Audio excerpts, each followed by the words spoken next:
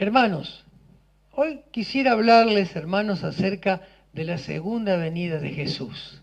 Fíjense que estamos muy cerca de la segunda venida de Jesús, ¿verdad? Es decir, que estamos viendo acontecimientos en el mundo que, bueno, el mundo se ha hecho muy peligroso para vivir, ¿vieron, no? Basta ver lo que está sucediendo en Estados Unidos, lo que está sucediendo en México, en Uruguay, hermanos, también, terremotos en México, terremotos en Uruguay. Es decir, que estamos viviendo, hermanos, este principio de dolores, como dice la palabra de Dios, ¿no?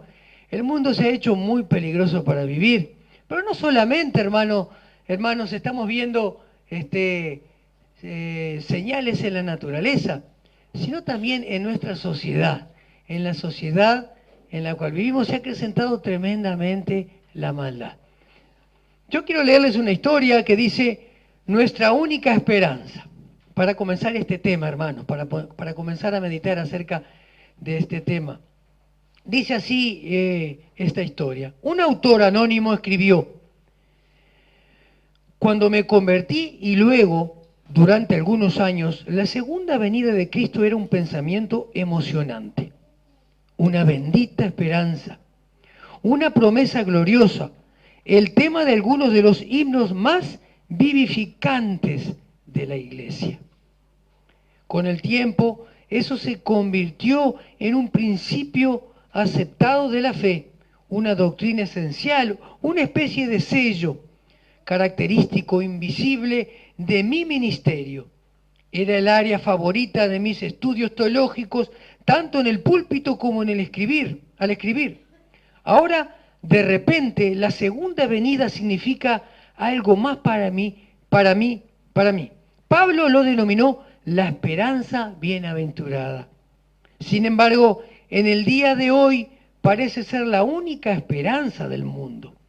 Desde el punto de vista humano, no hay solución para los conflictos del mundo. Los líderes están naturalmente frustrados, tratando de resolver los crecientes problemas de la sociedad. La única salida total y permanente se encuentra en el retorno de Cristo a la tierra. Cuando Él venga, establecerá su reino, gobernará las naciones con justicia y la tierra será llena del conocimiento de la gloria de Jehová. Esto lo dice Habacuc 2:14. Mientras, dice aquí para terminar, mientras esperamos el regreso del Salvador, continuemos, miren lo que dice, continuemos orando, continuemos trabajando, continuemos velando y aguardando la esperanza bienaventurada, nuestra única esperanza para este mundo. Y la frase que termina esta historia como corona de esta historia dice así: a medida que este mundo se oscurece, el prometido retorno del Hijo de Dios brilla más. Es así, hermanos, el mundo se oscurece cada día más, pero ¿saben? La expectativa que debemos de tener y alimentar del regreso de Cristo, eso debe brillar cada día más. ¿Saben? Es muy importante alimentar la expectativa. Y saben, es muy importante que la expectativa gobierne la vida de los hijos de Dios. Esta expectativa del retorno de Cristo, hermano, esto es lo que debe gobernar nuestra vida. Debe gobernar nuestros pensamientos, debe gobernar nuestros sentimientos, el corazón. Hermanos, porque hoy en día, fíjense que lamentablemente, como decíamos, vemos una sociedad que vive de espaldas a Dios, y ahora vamos a leer un poco acerca de lo que dice la palabra de Dios. Vemos una sociedad, hermanos, que no tiene expectativas, que la gobierna otras cosas, es decir, gobernar nuestra vida debe ser la expectativa, pero hoy en día, hermanos, la vida de muchas personas, y a veces también muchos creyentes, o a veces muchos que dicen creer en Dios, la vida está siendo gobernada no por la expectativa del retorno de Cristo, sino que está siendo gobernada por una cantidad de cosas mundanales. Cosas mundanales, hermanos, que este sistema mundanal alimenta cada día más. Bueno, podríamos decir que son cosas buenas, pero si tenemos a Cristo en el corazón, si tenemos esa expectativa del regreso de Cristo, pero son malas cuando dejamos a un lado el retorno de Cristo, esa expectativa. Deseos mundanales, metas, trabajos, anhelos, es decir, una cantidad de cosas gobiernan la vida de las personas hoy en día. Si hacemos una reseña de eso, la vida de muchas personas es gobernada por el dinero. Si hacemos una reseña de algunas cosas, la vida de mucha gente es gobernada por el sexo. Otros los gobierna la droga. Otros los gobierna, hermanos, una cantidad de un sinfín de cosas de este mundo que los aparta de Dios. La familia. A veces, hermanos, muchas veces estamos gobernados por la familia, por los lazos familiares, que están bien. Pero saben que están mal cuando nos apartan de esa expectativa del retorno de Cristo. Está mal. Entonces, hermanos, es muy importante alimentar esa expectativa de la segunda venida de Cristo y que gobierne esto en nuestra vida. Vamos, por ejemplo, Tito, en la carta de Tito, capítulo número 2, versículo 11, 12 y 13, vemos allí en la palabra de Dios, Tito, capítulo 11, 12 y 13, dice así, porque la gracia de Dios se ha manifestado para salvación a todos los hombres, enseñándonos que renunciando a la impiedad, miren qué importante esto, renunciando a la impiedad y a los deseos mundanos, vivamos en este siglo sobria, justa y piadosamente, aguardando la esperanza bienaventurado y la manifestación gloriosa de nuestro gran Dios y Salvador Jesucristo. Es decir, entonces, hermano, que ahí habla cosas muy interesantes. Miren lo que dice, que la gracia de Dios se ha manifestado para salvación a todos los hombres, enseñándonos la gracia de Dios, es decir, es el regalo de Dios. ¿Qué nos enseña? Nos enseña que debemos de renunciar a la impiedad. Es decir, renunciando a la maldad, a todo lo que es maldad, ¿verdad? Todo lo que es maldad es todo aquello, digamos, que nos aparta de los caminos de Dios, que nos aleja del amor de Dios, nos aleja del conocimiento de Dios. Y a los deseos mundanos, es decir, renunciando a todo eso, hermanos, que nos aparta de Dios. Vivamos sobria, es decir, buen juicio, justa, es decir, en forma recta, que nuestras vidas sean rectas, que nuestras vidas tengan buen juicio, y dice allí piadosamente, es decir, que nuestras vidas se caractericen por una devoción a Dios.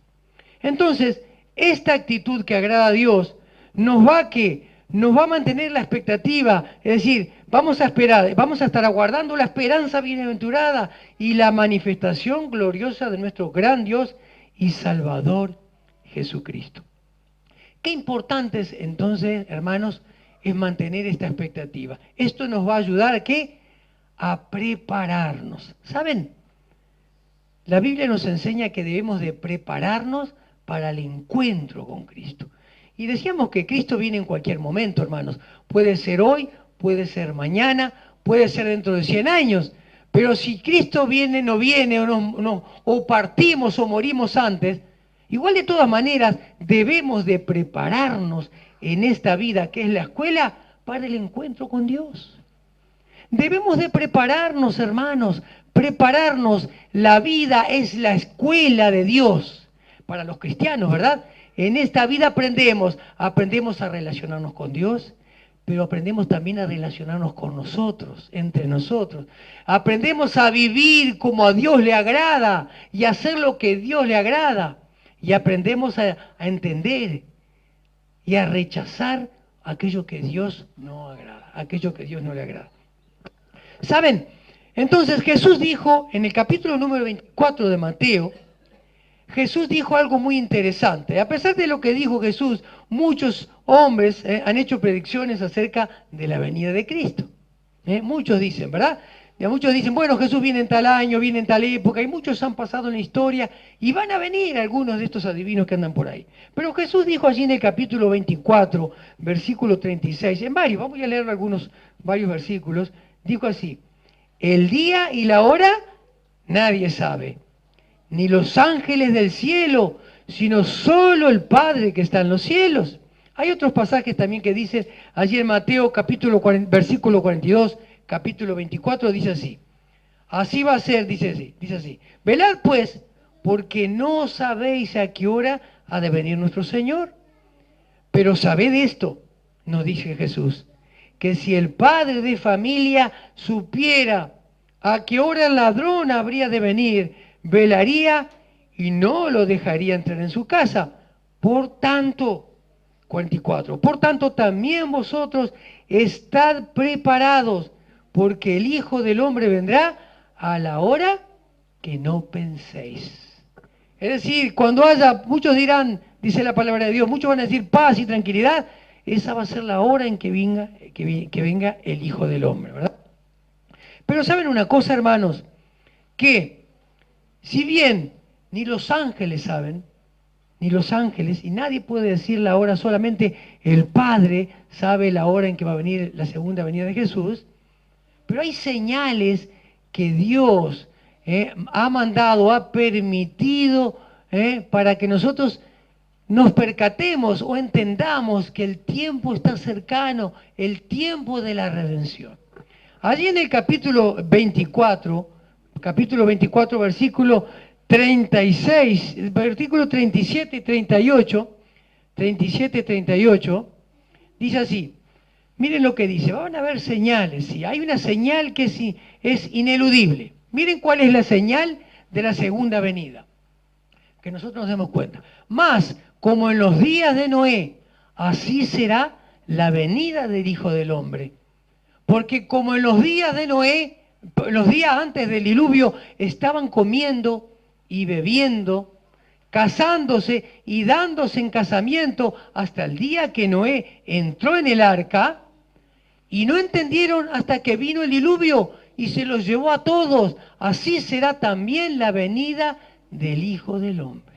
Es decir, entonces, hermanos, ¿qué nos está diciendo aquí la palabra de Dios? Que la señal, una señal importantísima y que marca que el regreso de Jesús está cerca, es cómo está viviendo la sociedad hoy en día. Ahí dice que en los días de Noé, y pone este ejemplo, la gente se casaba, se daban en casamiento, bebían, se daban la gran vida, hermanos. La gente vivía despreocupada de la palabra de Dios. No se preocupaban de la palabra de Dios. Estaban haciendo una vida normal, como muchos hoy hacen en día, hermanos. Quieren una vida normal, quieren experimentar cosas. Muchos en la vida, hoy en día, en el Uruguay, quieren experimentar cosas. Quiero experimentarlas pensando engañosamente que es felicidad. Quiero experimentar esto, quiero experimentar lo otro, quiero experimentar esto, quiero experimentar lo otro. Y viven despreocupados, lejos de la vida de Dios.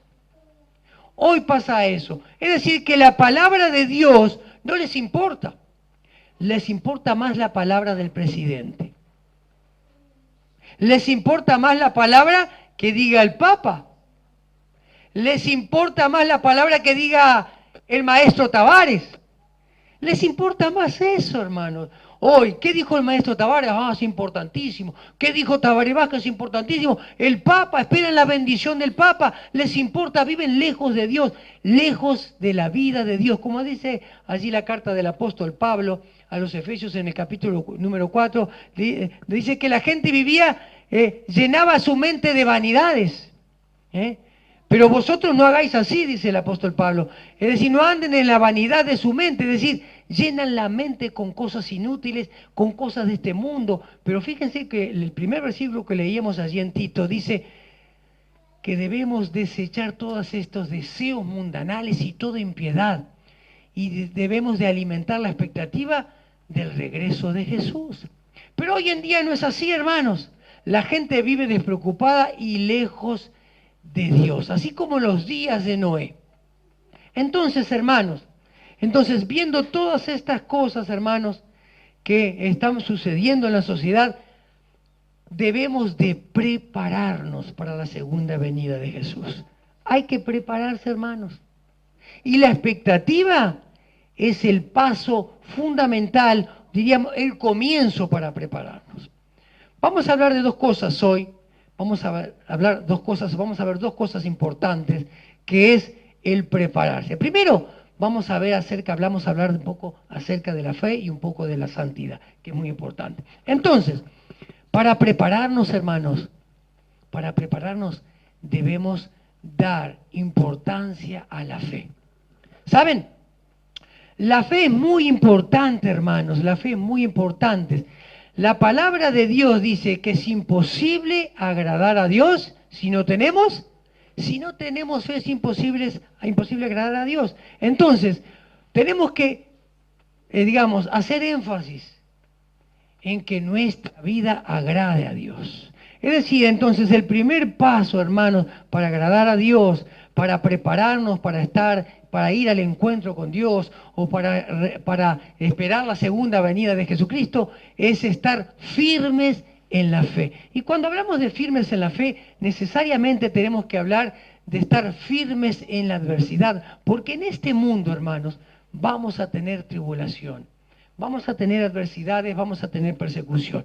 El apóstol Pablo, hermanos, allí en la primera carta, el apóstol Pablo de Tesalonicenses, en el capítulo número 4, en el capítulo número 3, en el capítulo número 3, el apóstol Pablo, hermanos, estaba muy preocupado por los hermanos de la iglesia en Tesalónica. Ustedes saben que los hermanos de la iglesia tesalónica era una iglesia ejemplar, hermanos. Eran unos hermanos, era una gente ejemplar. Pero tenemos que ver esto, analizarlo desde el punto de vista de lo que era la ciudad de Tesalónica. La ciudad de Tesalónica era peor de las ciudades hoy en día en el mundo. Es decir, era un paganismo crudo, hermanos. Y se perseguía a la gente que cambiara de dioses, así por decirlo de una manera. Es decir, también imperaba no solamente la idolatría grandísima que había en la ciudad de Tesalónica, sino que allí estaba la inmoralidad y era un estilo de vida la inmoralidad. Es decir, que era un mérito ser inmoral en la ciudad de Tesalónica, y así se levantó esa iglesia. Pablo la fundó, la iglesia en Tesalónica, una iglesia relativamente pequeña, hermanos, pero que hermanos que estaban allí, gente convertida al cristianismo, estaban pasando mucha persecución. Es decir, los perseguían no solamente porque creían en Jesús, sino que eran perseguidos, pasaban hambre, es decir, también sus vidas eran enfermedades, es decir, estaban rodeados de una sociedad que los odiaba y los perseguía. Entonces el apóstol Pablo en esa iglesia, miren, les quiero leer allí en el capítulo número 1 de Tesalonicenses lo que era un poco la iglesia, así a modo de ejemplo, ¿no? Dice en el versículo número 2 del capítulo número 1 de Primera de Tesalonicenses, Pablo nos da un pantallazo de lo que era esa gente. Miren qué extraordinario, cómo se convirtieron a pesar de la gran oposición que tenían. Nada que ver con hoy, ¿verdad? Dice, damos siempre gracias a Dios por todos vosotros, haciendo memoria de vosotros en nuestras oraciones, acordándonos sin cesar delante de Dios y Padre nuestro, de la obra de vuestra fe, del trabajo de vuestro amor y de vuestra constancia en la esperanza en nuestro Señor Jesucristo. Fíjense, eran un ejemplo en fe, en amor y en esperanza, las tres cosas fundamentales y más importantes. Porque conocemos, hermanos amados de Dios, vuestra elección. Ellos sabían bien, Pablo sabía bien lo que ellos habían elegido. Pues nuestro evangelio no llegó a vosotros en palabras solamente, sino también en poder, en el Espíritu Santo y en plena certidumbre, como bien sabéis, cuáles fuimos entre vosotros por amor de vosotros. Y vosotros vinisteis a ser imitadores de nosotros y del Señor, recibiendo la palabra en medio de gran tribulación. Aceptaron la palabra de Dios.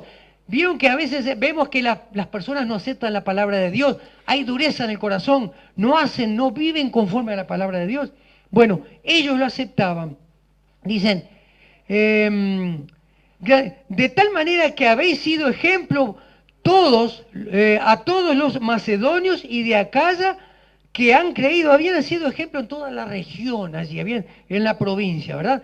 Porque partiendo de vosotros ha sido divulgada la palabra del Señor, partiendo de ellos, eran hermanos nuevitos, hermanos, nuevitos, pero partiendo de vosotros ha sido divulgada la palabra del Señor, no solo en Macedonia y Acaya, sino también en todo lugar vuestra fe en Dios se ha extendido, de modo que nosotros no tenemos necesidad de hablar nada, porque ellos mismos cuentan de nosotros la manera en que nos recibisteis y cómo os convertisteis de los ídolos a Dios para servir al Dios vivo y verdadero y esperar de los cielos a su Hijo, al cual resucitó de los muertos, a Jesús, quien nos libra de la ira venidera.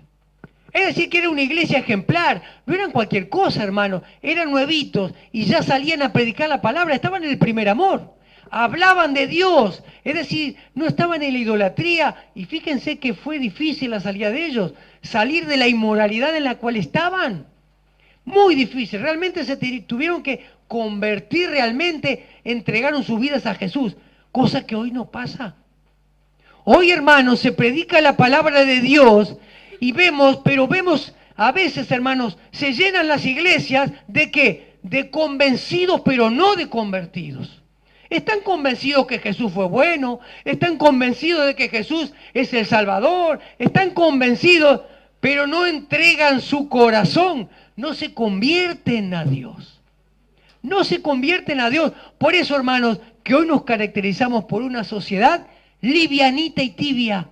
Livianita y tibia. En el Uruguay, hermanos, en el Uruguay, ¿por qué el Uruguay se dice que es la tumba de los misioneros? ¿Saben por qué? Porque la culpa la tenemos nosotros, los creyentes. Porque hay liviandad, hermanos, hay mundanalidad, no hay una real consagración a Dios. El corazón, hermanos, repartimos el corazón entre el mundo y Dios. ¿Dónde está la expectativa? Por eso que no está la expectativa en muchas mentes y en muchos corazones, y los gobiernan, en muchos corazones y mentes de los creyentes están siendo gobernadas, ¿por qué? Por deseos mundanos, por mundanalidad, por los deseos de la carne, por los deseos de los ojos, por la vanagloria de la vida, porque no hemos convertido no hemos entregado nuestro corazón a Dios. Es así, hermanos, la realidad del Uruguay. Tan difícil, ¿no? La dureza del corazón nuestro. Más allá, podemos mencionar algunas características en las cuales se fundó nuestro país, ¿verdad? Hay algunos libros que no se dicen, pero prácticamente, fíjense que se habla de 33 orientales, pero básicamente nuestro país fue fundado en la masonería. Y la masonería ha extendido, ¿saben? Ha extendido sus raíces en la enseñanza. Por eso que hasta el día de hoy se hace tanto énfasis en la enseñanza. La enseñanza tiene que ser, se debe enseñar de la ideología de la evolución. No se hable de Dios. En el Uruguay, ¿vieron en la televisión? Los políticos no pueden hablar de Dios, ni siquiera de espíritu, ni espiritual. Es una palabra erradicada del léxico aquí en el Uruguay. Es vergonzoso. Por eso que el Uruguay se hunde. Por eso que el Uruguay es un país pobre, no hay prosperidad. Fíjense, a veces hablamos con mi señora de otros países. Hablamos de países centroamericanos. Es maravilloso los países centroamericanos, hermano. Es maravilloso. Miren, las iglesias en Guatemala, las iglesias en Costa Rica, en Puerto Rico, hay miles. Maravilloso. Ni que hablar de Estados Unidos, es el país que tiene más cristianos del mundo. Bien sabemos que la sociedad norteamericana se ha ido de Dios, se ha apartado de Dios y muchos millones, pero con todo, ¿saben por qué Estados Unidos es lo que es? Porque Dios ha permitido, porque la Constitución de Estados Unidos se basó en los principios de Dios. Por eso que fue la nación, hermanos, la nación que ha dado más dinero y ha evangelizado el mundo, hermanos. Porque Dios lo ha permitido. Las iglesias por miles ofrendan miles de dólares para que se compren Biblia para la China, para el Uruguay, para Argentina. Y así empezó todo. Estados Unidos. Son naciones prósperas basadas en los principios de Dios. Lamentablemente el Uruguay, un país que se enorgullece de ser agnóstico. Los políticos agnósticos.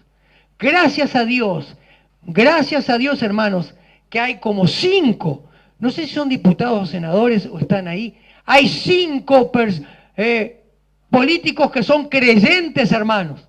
Hay como 5 diputados o senadores que son creyentes. Uno de ellos es pastor. Gracias a Dios, hermanos, para salir de la maldición.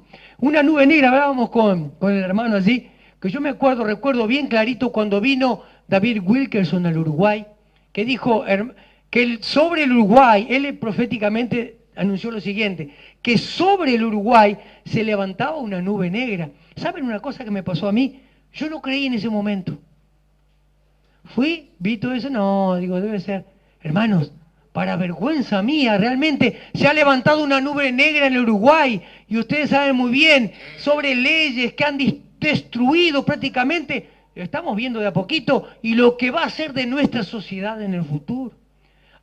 Se aprueba el drogadicto, hermanos, aprobar la droga, aprobar la unión de hombres y mujeres. No solamente eso, la cría de niños, el aborto, hermanos, matar a los niños en el vientre, una vida. Y estaba en el Parlamento la discusión si era vida o no era vida. Hermanos, matar a los niños, hermanos. Tremendo, ¿no? Tremendo. Es decir, hermanos, se necesita una iglesia como la iglesia de Tesalónica. Con esto, miren, es maravilloso. Una iglesia ejemplar en fe, en amor y en esperanza. 3 cosas.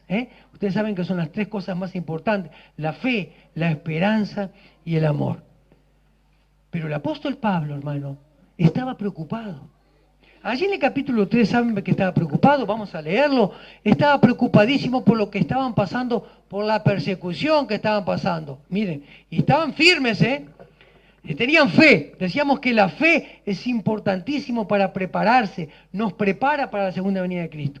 Dice en el versículo número 1 del capítulo número 3. Por lo cual, no pudiendo soportarlo más, acordamos quedarnos solo en Atenas, dice acá, ¿no?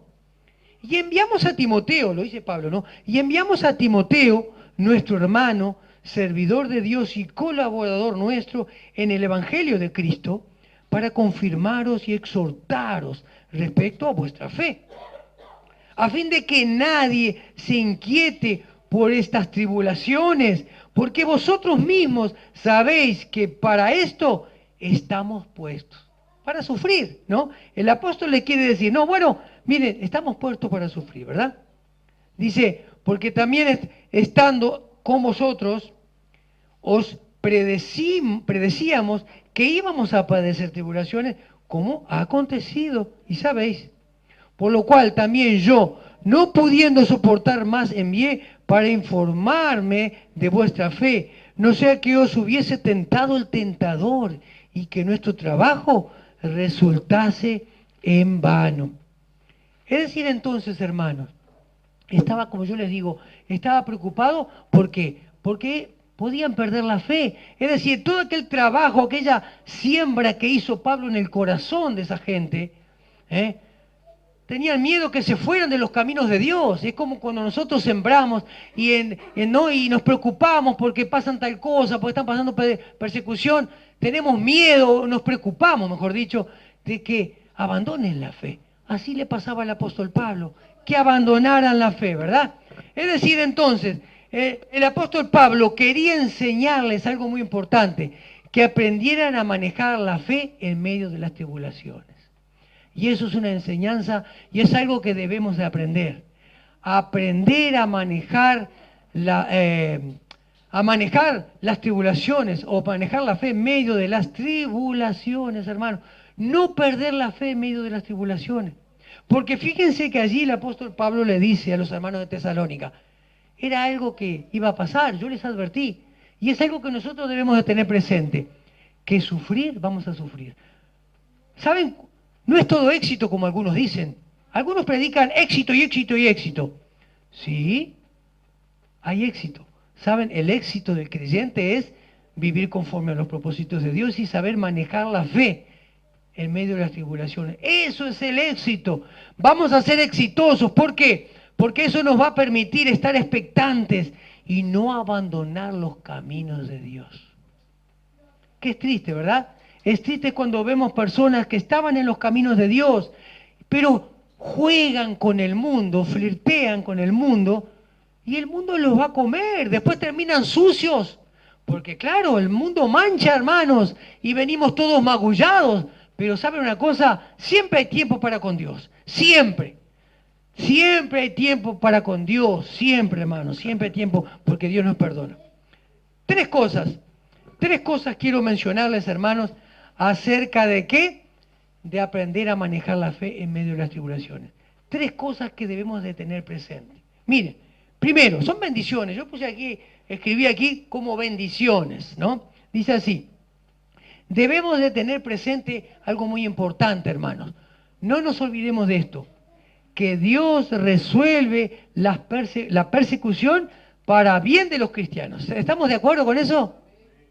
Dios resuelve la persecución para bien de los cristianos, aunque, miren qué interesante, aunque en el momento no lo veamos así. ¿No les pasó a ustedes, hermanos, que a veces nos pasan cosas y no entendemos? ¿Por qué me pasa esto? Empezamos a hacernos preguntas, ¿no? ¿Por qué me pasa esto? ¿Por qué Dios permitió esto? ¿Por qué esto? ¿Por qué lo otro? ¿Saben? Muchas veces nos dejamos llevar de esa manera y eso nos gobiernan. Esas interrogantes nos gobiernan si llenamos nuestra cabeza y el corazón de interrogantes. Porque perdemos de vista esto. Perdemos de vista que Dios resuelve nuestros problemas. Hay un pasaje, hermanos, que no debemos de olvidarnos. Debemos fijarnos aquí en la cabeza, que es Romanos 8:28. ¿Qué dice Romanos 8:28, hermanos? ¿Se acuerdan? ¿Qué dice? Y sabemos que a los que aman a Dios, ahí está, todas las cosas ayudan a bien. Esto es, a los que conforme a sus propósitos son llamados. Todas las cosas ayudan a bien. Es decir, que las cosas buenas ayudan a bien y también las malas ayudan a bien. ¿Por qué? Porque, decíamos hoy, esta es la escuela de Dios. Hay que pasar por la escuela, hay que aprender, hermanos. Hay que aprender a agradar a Dios. Hay que aprender a permanecer en la fe. Dios lo que quiere es eso, enseñarnos a que nos afirmemos en medio de la adversidad. Por eso que están las pruebas, hermanos. Las pruebas no están porque Dios es malo, hermanos. A los creyentes las pruebas están, ¿para qué? Para que aprendamos, para que nuestra fe se afirme. ¿Y saben por qué? Y Dios nos da la salida. Cuando Dios ve que no podemos soportar más, Él nos da la salida. ¿Sabían ustedes? Eso dice la palabra de Dios, que Dios nos dará la salida. No me acuerdo el pasaje, está en Santiago, ¿verdad? No me acuerdo bien, está en Santiago, que Dios nos dará la salida a todas aquellas pruebas cuando no podamos soportar más. Después lo voy a buscar, a ver si alguno me ayuda, si alguno recuerda, le dice a Jennifer ahí. Muy bien. Entonces, muy bien, esto es lo primero entonces, hermanos. Para estar firmes en la adversidad, para agradar a Dios y para que siga prendidito el fuego de la expectativa del regreso de Cristo, debemos de tener presente esto, hermanos, que Dios resuelve la persecución. Segundo, otra bendición, hermanos, otra bendición. Dice, no estamos solos al enfrentar las persecuciones. No estamos solos. Hay un pasaje, hermanos, hay un pasaje que yo estuve buscando un pasaje y me gustó mucho y está en Deuteronomio capítulo 31, versículo número 6. Ahí encontramos a quién, encontramos a Moisés. Ya Moisés dice ahí, ya tenía 120 años y dice que ya los huesos no podía más, ¿no? Con 120 años, pobre, ya no podía ni entrar ni salir, imagínense, ¿no? Entonces le estaba pasando el mando a Josué. Entonces Josué, que se iba a encargar de pasar a los judíos a la tierra prometida de Dios. Entonces mire lo que dice allí, en el versículo número 6, dice así, esforzaos, dice Dios. Le dice a todo el pueblo de Israel, A Josué, que estaba medio achuchado porque tenía una gran responsabilidad. Dice, esforzaos y cobrad ánimo. No temáis, ni tengáis miedo de ellos, es decir, de los enemigos, porque Jehová tu Dios es el que va contigo y no te dejará ni te desamparará. Hermanos, ¿estamos solos en el mundo? No estamos solos, hermanos. A veces nos parece que estamos solos, luchando a capa y a espada. Hermanos, eso no debe ser así. ¿Saben una cosa? Me atrevo a decir que a veces estamos pecando si pensamos eso. Porque Dios siempre está a nuestro lado, hermanos. Él sabe todas las cosas. Y como decíamos en el versículo anterior, Él tiene un propósito en todo aquello que nos sucede. Las tribulaciones. Y podemos pensar en las tribulaciones, ¿no? Persecuciones, problemas de enfermedad, problemas físicos, ¿no? Problemas familiares también, ¿verdad? Problemas familiares, problemas de trabajo, problemas de hambre. Hay una cantidad de problemas, hermanos, que son persecuciones porque nos persigue, hermanos. Esas situaciones malas, adversas, nos persiguen ¿para qué? Para destruir nuestra fe. Para destruir nuestra fe. Y tercero, yo le dije tercero, debemos de tener presente esto, que todo está sometido bajo el gobierno de Dios. Y ya ven, hay un pasaje muy interesante, me gusta mucho este pasaje, en el libro de Job, en el capítulo número 1, versículo 9 al 12, allí encontramos algo, me gusta leer esto, ¿no? Job 1, del 9 al 12, dice, respondiendo Satanás a Jehová, dijo, ¿acaso teme Job a Dios de balde? ¿No le ha acercado alrededor de él y a su casa y a todo lo que tiene? Es decir, ¿no lo has protegido? Al trabajo de sus manos ha dado bendición. Por tanto, sus bienes han aumentado sobre la tierra. Pero extiende, estaba acusando a Job, ¿verdad? Satanás es el acusador. Pero extiende ahora tu mano y toca todo lo que tiene y verás si no blasfema contra ti en tu misma presencia. Dijo Jehová a Satanás, hasta el 12, ¿verdad? Sí. He aquí, todo lo que tiene está en tu mano. Solamente no pongas tu mano sobre él. Y salió Satanás de delante de Jehová. ¿Saben por qué me gusta? ¿Dónde vemos la soberanía de Dios ahí? ¿Dónde vemos? Que Dios manda. Que Dios es el que cuando suceden las cosas es porque Él lo permite. ¿Dónde vemos ahí?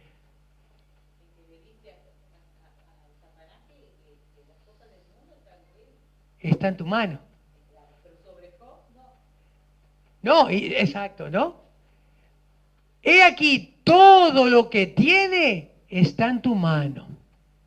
Está en tu mano. Es decir, ¿qué está queriendo decir con esa frase? Está diciendo que Dios es el soberano. Es como que cuando Satanás, el tentador, como vemos aquí, viene a tentarnos. Pero sabemos, hermanos, que todo está en la soberanía de Dios. Él permite a veces muchas cosas en nuestra vida, y es así, hermano. Permite para que aprendamos a vivir agradándole a Él. Nos guste o no nos guste, hermanos. A veces, hay que distinguir esto también, a veces nos suceden cosas como consecuencia de nuestras desobediencias también, ¿verdad? Es decir, nosotros nos lanzamos a una aventura y nos ocurren cosas. Ahí es consecuencia nuestra. Pero saben, todo tiene un propósito en esta vida. Todo tiene un propósito. Y lo que Dios quiere es que aprendamos a vivir con fe. Allí habla del tentador y quería mencionarles también algo acerca del tentador. Fíjense que Satanás, y como decíamos recién, Dios permite muchas veces que Satanás venga a tentarnos. Y Satanás viene a tentarnos, ¿saben cuándo? Bueno, siempre está ahí para tentar, ¿no? Viene especialmente en los momentos de necesidad nuestra. Cuando estamos en apuros o necesitados. ¿Se acuerdan en el desierto a Jesús? Jesús en el desierto, ¿qué estaba haciendo? ¿Estaba qué? ¿Eh? estaba ayunando, había ayunado 40 días y 40 noches, entonces meditaba. Entonces, si hermanos, estaba cansado, estaba con hambre, entonces se le presentó Satanás. En ese momento él tenía hambre, tenía todo. Dice, mirá, si vos sos Dios, ¿por qué no me convertís estas piedras en pan? ¿O acaso Satanás no nos viene a veces a seducir y a tentar y decirnos, pero ¿cómo te pasa esto siendo hijo de Dios? ¿Estás solo? Dios no está a tu lado. ¿Vos lo ves a Dios? No. Dios entonces viene a ponernos ¿qué? La duda, hermanos, porque la duda es lo contrario a la fe. Dios quiere prepararnos y afirmarnos en la fe en Él, confianza en Él. Y Satanás viene a traernos la duda, la desconfianza. Entonces, si nosotros damos lugar a eso, comenzamos a decir, pero ¿será cierto? No, pero yo, sí, me pasa esto, me pasa lo otro, ¿por qué esto? Y comienza la duda. El tentador, hermanos. Hay que tener mucho cuidado. Dice acá, Pablo estaba preocupadísimo. No sea que os hubiese tentado el tentador y que nuestro trabajo resultase en vano. Firmes, hermanos, firmes en la fe. Bien, entonces es muy importante que aprendamos a manejar con fe los problemas de la vida. Eso nos ayuda ¿a qué? A prepararnos, hermanos, para el encuentro con Cristo. La expectativa sigue prendidita en nuestra mente y en nuestro corazón cuando tenemos fe. ¿Vienen los problemas? Sí, pero sabemos que todo tiene un propósito. ¿Vienen los problemas? Sí, pero sabemos que Él está a nuestro lado y que Él es soberano, hermanos. Él es soberano, no hay nada que Él desconozca. Y sigue diciendo allí en el versículo número 6, pero cuando Timoteo volvió de vosotros a nosotros y nos dio buenas noticias de vuestra fe y amor, y que siempre nos recordáis con cariño, deseando vernos, como también nosotros a vosotros. Por ello, hermanos, en medio de toda nuestra necesidad y aflicción, fuimos consolados de vosotros por medio de vuestra fe. Porque ahora vivimos si vosotros estáis firmes en el Señor. ¡Qué alegría! ¡Qué alegría! ¿Y qué querías compartir, hermano? ¿Qué quería decirles yo en cuanto a estos versículos últimos que leímos? Qué importante es encontrar un hermano que nos aliente, que nos dé ánimo. Eso es importantísimo. Por algo estamos, hermanos. Nos dice la palabra de Dios, soportarse unos a los otros, exhortarse unos a los otros. ¿No dice? ¿Qué dice? Dice que nos señalemos unos a los otros por los errores. No dice. Eso es Satanás. Entonces, miren qué interesante, ¿no? Qué importante es eso, hermano, cuando encontramos un hermano que nos alienta y que se preocupa por nosotros y bueno, y nos llama, y cómo anda, y cómo están bien, cómo necesitan algo, y al fin, hermanos, o nos llama para ver cómo andamos. Eso está bien, ¿no?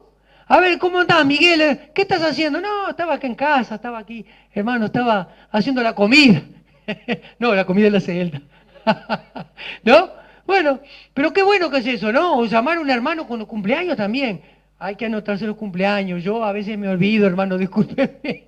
Me olvido los cumpleaños. Pero qué importante es eso, que nos alentemos. Vamos arriba, no decaigamos. El Señor está con nosotros. Eso es bueno. Eso es parte del amor, hermanos. En la iglesia, hermanos, el amor es una especie de amor que no es el amor del mundo. No es el amor del mundo, hermanos. El amor de la iglesia se llama amor ágape. ¿Qué es el amor ágape? ¿Qué es el amor ágape, hermanos? A ver si se acuerdan. ¿Qué es? A ver, dígame, hermano, ¿te se anima? A ver. El amor ágape es el amor que tiene las características de Dios. Es el amor que no pide nada a cambio. Y es el amor también que no depende del sentimiento. Es decir, ustedes me pueden decir, bueno, pero yo no amo a aquel hermano, no siento amar. Eso no es el amor de Dios. Es el amor que viene de la voluntad y del esfuerzo nuestro. Yo voy a amar a mi hermano, voy a ayudarlo, voy a verlo, y voy a esto y lo otro, y pongo todo mi empeño. ¿Por qué? Porque es mi hermano en Cristo. Entonces ahí voy a comenzar, cuando tenga ese esfuerzo, ¿saben? Ahí cuando tenga el contacto con ese hermano, mi esfuerzo, ahí va a surgir el sentimiento también, ¿no? Es natural, sentimiento de amar, de forzarme. Esa es la clase de amor que Cristo mostró por la humanidad, ¿no? Dice que Jesús se esforzó para ir a la cruz y morir por todos nosotros. Nos dejó ejemplo de eso. Jesús nos vieron allí en el Getsemaní y dijo, oró Jesús. Jesús, ¿saben? Sufrió mucho. En el Getsemaní dijo así, Señor, si está en ti, aparta de mí esta copa, pero no se haga mi voluntad sino la tuya. Es decir que Jesús, ahí dice la palabra de Dios, que sudaba gotas de sangre, de sufrimiento. Es decir que entonces, pero él puso todo su amor, sacó de lo profundo de él el esfuerzo, su voluntad por amar a la humanidad y fue a la cruz igual. Y esa es la clase de amor que tenemos que Dios nos dejó como ejemplo. Nos esforzamos por contactarnos con el hermano, por amarlo, por ayudarlo, por animarlo en los momentos de crisis, dificultad, porque todos tenemos momentos, estamos en la vida, en la escuela, hermanos, en la escuela de Dios. Dice, en esto conocerán todos que sois mis discípulos si tuviereis amor los unos con los otros. ¿Cómo van a conocernos que somos discípulos de Cristo? ¿Por lo como hablamos, con la elocuencia, con todo eso? No. No nos van a conocer por la elocuencia o no nos van a conocer cómo nos vestimos, no nos van a conocer porque, en fin, por alguna característica nuestra. Nos van a conocer como discípulos de Cristo, dice la Biblia, cuando haya amor unos por los otros. Entonces la gente va a decir, mira eso, son diferentes. ¿De quién? ¿Dónde? ¿Qué son? Son seguidores de Jesucristo. Son discípulos de Cristo. Voy a ir a ver ahí. Porque la gente anda necesitando. ¿Quién no necesita amor, hermanos? Hermanos, es maravilloso esto. Poder amar y ser amado. Es maravilloso, hermanos. Podemos tener plata o no tener plata, pero da lo mismo a veces. Podemos un poquito más alegre, en fin, porque podemos comprar esto. Pero no hay nada se iguala a amar y ser amado. No hay nada. Ahí estamos completos, estamos llenos, nos sentimos realizados, nos sentimos gozosos. En fin, una cantidad de cosas, ¿verdad? Y el último pasaje, Gálatas 6:2, dice, sobrellevad los unos las cargas de los otros y cumplid así la ley de Cristo. ¿Saben cuál es la ley de Cristo? ¿Cuál será? ¿Cuál es, hermana de Ana? No, deficiente. El amor, hermano, el amor, la ley de Cristo. La ley de Cristo, ¿no? Dice, sobrellevad las cargas los unos de los otros. Yo tengo que ayudarlos a llevar las cargas, ustedes me tienen que ayudar a llevar las cargas. ¿Las cargas qué son? Los problemas. Aquellas cosas que nos abaten, que nos desaniman, que nos tiran abajo. ¿Cómo estás, hermano, hermana? Hoy estoy medio ahí. Bueno, a ver, ¿qué pasó? Oramos, cobramos, sobrellevar las cargas los unos de los otros y así cumplir la ley de Cristo. Es eso, hermanos. Es eso. Tan simple, pero a veces tan difícil, ¿no? Tan difícil, ¿no? Es así, es así. Muy bien. Esto por un lado, hermanos. Entonces, la fe es importante. La fe, estar firmes en la adversidad, no perder la fe por nada del mundo. Eso es lo que quiere Dios, eso es lo que quiere Jesús cuando venga a encontrar en su pueblo. Fe. Y otro, santidad. Santidad, hermanos, sí. ¿Saben? Como hablábamos recién, la sociedad de Tesalónica. Les voy a leer. Dice, en el versículo número 4, acá sí el capítulo número 4, lo voy a leer. Porque los demás hermanos, por los demás hermanos, os rogamos y exhortamos en el Señor Jesús que de la manera que aprendisteis de nosotros, como os conviene conduciros y agradar a Dios, así abundéis más y más. Porque ya sabéis qué instrucción os dimos por el Señor Jesús. Pues, miren esto, la voluntad de Dios es que vuestra santificación. Que no sé la voluntad de Dios. No, sabemos sí. Hay cosas específicas que sabemos. La voluntad de Dios es que seamos santos. que os apartéis de fornicación. Como yo les decía, la sociedad de Tesalónica era tremenda, ¿no? La inmoralidad. Miren lo que dice en el versículo número 7. Pues no nos ha llamado Dios a inmundicia, sino a santificación. ¿Saben que era tan importante la desviación sexual que había allí? Tan importante, que era un dios. El sexo era un dios. Era meritorio tener, digamos, el desenfreno sexual, hermano. Era peor que ahora.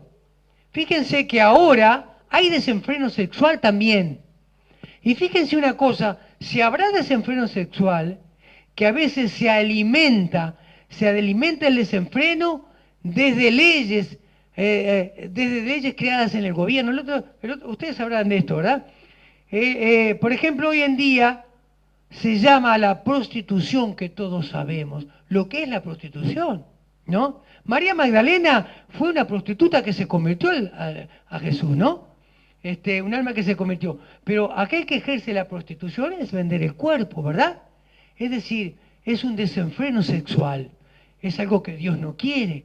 Es algo tremendo porque Dios creó el sexo para hacerlo en el matrimonio. Ahí trae bendición, lo otro trae maldición. Entonces, fíjense que hoy a la prostitución no se le llama prostitución desde esferas del gobierno. Han creado leyes mentirosas para cambiar la cabeza de las personas. Hoy se llama trabajadoras sexuales. ¿Dónde se vio eso?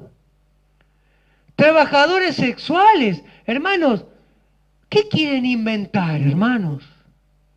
Es prostitución, es desenfreno sexual. Es desenfreno sexual. Es por no tener en cuenta a Dios. Muchos se pueden entregar a ese tipo de desenfreno sexual como a otro tipo de desenfreno sexual. Por no tener en cuenta a Dios, por la dureza de corazón, por querer experimentar cosas. Así pasan la droga y después se meten en eso y no se puede salir. Porque es una trampa del diablo. Después se llenan de espíritus. Y bueno, y todos sabemos, ¿no? Que atan a la persona y la persona es un infierno de la vida de la persona. Entonces pasa eso, ¿verdad? Entonces, pues Dios no nos ha llamado de inmundicia. Salgan de esa inmundicia, de esa sociedad en la cual vivían ustedes y apártense y vivan santamente. La santidad es la separación del pecado y la consagración a Dios. Eso es la santidad, ¿no? Entonces, como era una sociedad tan terrible, es decir, que Dios llama a santificar a esa sociedad, ¿verdad? A los que vivan en santidad, es decir, apartados de toda contaminación del mundo. La santificación, es decir, la santificación es apartarse. El santo no es el que está en un cuadro. Nosotros somos santos, dice la palabra de Dios, somos real sacerdocio, nación santa, pueblo adquirido, comprado por Dios. ¿Para qué? Para que anunciemos las virtudes de aquel que nos llamó de las tinieblas a la luz. Entonces necesariamente tenemos que estar limpios. Si no, ¿cómo vamos a tener autoridad para llevar la palabra de Dios? ¿Cómo vamos a tener poder para llevar la palabra de Dios? Hermanos, el Espíritu de Dios no vive en medio de la suciedad. Entonces, queremos poder, queremos que Dios se manifieste con autoridad y milagros. A veces Dios no se manifiesta porque hay pecado en nuestra vida. No hay santidad. A veces decimos, no, yo no hago tal cosa que es grosero, pero hago otras, hermanos, que también es menos grosero, pero a veces pasamos por alto. Una de las cosas tremendas que atenta contra la santidad, y yo lo estoy aprendiendo, hermanos, es hablar mal de los otros. Tenemos que aprender cada día eso, a hablar mal, a hablar mal. Tenemos que aprender a bendecir a otros. Es parte del amor. Aprender a bendecir. Pienso algo acerca de un hermano o de alguien que no venga a la iglesia, me freno. No voy a hablar mal. ¿Saben por qué? Porque cuando hablamos mal, hay cosas misteriosas que a veces no entendemos, pero que son así. Le abrimos la puerta a lo malo. Acuérdense que no luchamos contra carne y sangre, como este es espiritual. Le abrimos la puerta a los espíritus malos. Es como entonces los espíritus malos. Entonces fíjense, hablamos mal de alguien. Los espíritus malos tratan de después utilizar eso para dividir y distorsionar, y ahí viene la división. Pasa eso, hermanos. No lo entendemos, pero fíjense que entendiéndolo de esta manera, nos vamos a dar cuenta que dividir es lo peor. ¿Vieron? El trabajo del diablo es dividir. En la iglesia, ¿qué hace? Divide. Divide. Se pelean los hermanos. Divide. Este es el trabajo del diablo. Entonces, son obras de espíritus inmundos que tratan de molestar. No poseen la vida del cristiano, pero molestan. Quita autoridad, nos separamos, el pueblo de Dios es lastimado. Es como el cuerpo, hermano. Yo me saco un brazo, me va a doler tremendamente sin un brazo. Después no soy lo mismo sin un brazo. No soy lo mismo. Entonces pasa lo mismo en el cuerpo de Cristo. Es bueno cuando sumamos en el cuerpo de Cristo. Cuando formamos una familia que en amor nos soportamos y nos ayudamos, vivimos santamente. ¿Para qué? Para la gloria de Dios. Entonces Dios se manifiesta. Se manifiesta Dios. Se manifiesta conforme a su voluntad, por supuesto, pero Dios se manifiesta, hermano. Y eso es lo que quiere Dios de la iglesia. Por eso que Dios tiene un propósito con nosotros. Dios nos ha llamado a cada uno de nosotros para algo. ¿Para qué? Para que seamos instrumentos de Él aquí en la tierra. Él llama y Él distribuye como Él quiere. ¿Para qué? Para que Él sea glorificado. Entonces es muy importante la santidad, hermanos. La santidad. Y por último, hermanos, le voy a nombrar 3 cositas. ¿Están cansados, sí o no? No, entonces vamos a seguir. Hay 3 cositas nomás que voy a mencionarles, hermanos, que es parte de una vida de una persona santa. Una persona santa es una persona piadosa. Una persona piadosa es una persona que sabe aceptar lo que viene de Dios. Eso es difícil, hermanos, ¿eh? Pero si tenemos una mente expectante de la segunda venida de Cristo y eso gobierna nuestra vida, sabemos que la mano de Dios está detrás de todo esto, ¿no? Primero, eso está en Segunda de Tesalonicenses, Segunda de Tesalonicenses, a ver, espera un poquito, Jennifer, me equivoqué. Jennifer, primera. Primera de Tesalonicenses, capítulo 5, versículos 16, 17 y 18. Miren, 3 cosas que parecen independientes totalmente, pero no, está hablando del cuerpo de Cristo, ¿no? Que debe existir en el cuerpo de Cristo, en la iglesia. Miren qué características buenas. Son 3 nomás que las voy a mencionar ahora. Hay otras más, pero qué buenas son estas. A mí me encantan. Miren, 16 dice así, 5:16. Estad siempre gozosos. 17, orad sin cesar. Y 18, dad gracias en todo porque miren acá también la voluntad de Dios, esta es la voluntad de Dios para con vosotros en Cristo Jesús. Están siempre gozosos. Miren qué interesante. Hermanos, yo quiero que ustedes me digan una cosa. ¿Qué es el gozo? Estar contentos. Ahora, fíjense, para utilizar esa palabra que me dicen los hermanos allí, está el contento cristiano y el contento mundano, por mencionar, ¿no? Es decir, son 2 tipos de contentamiento diferentes. ¿Por qué? Porque el contentamiento del mundo es algo momentáneo, ¿sí o no?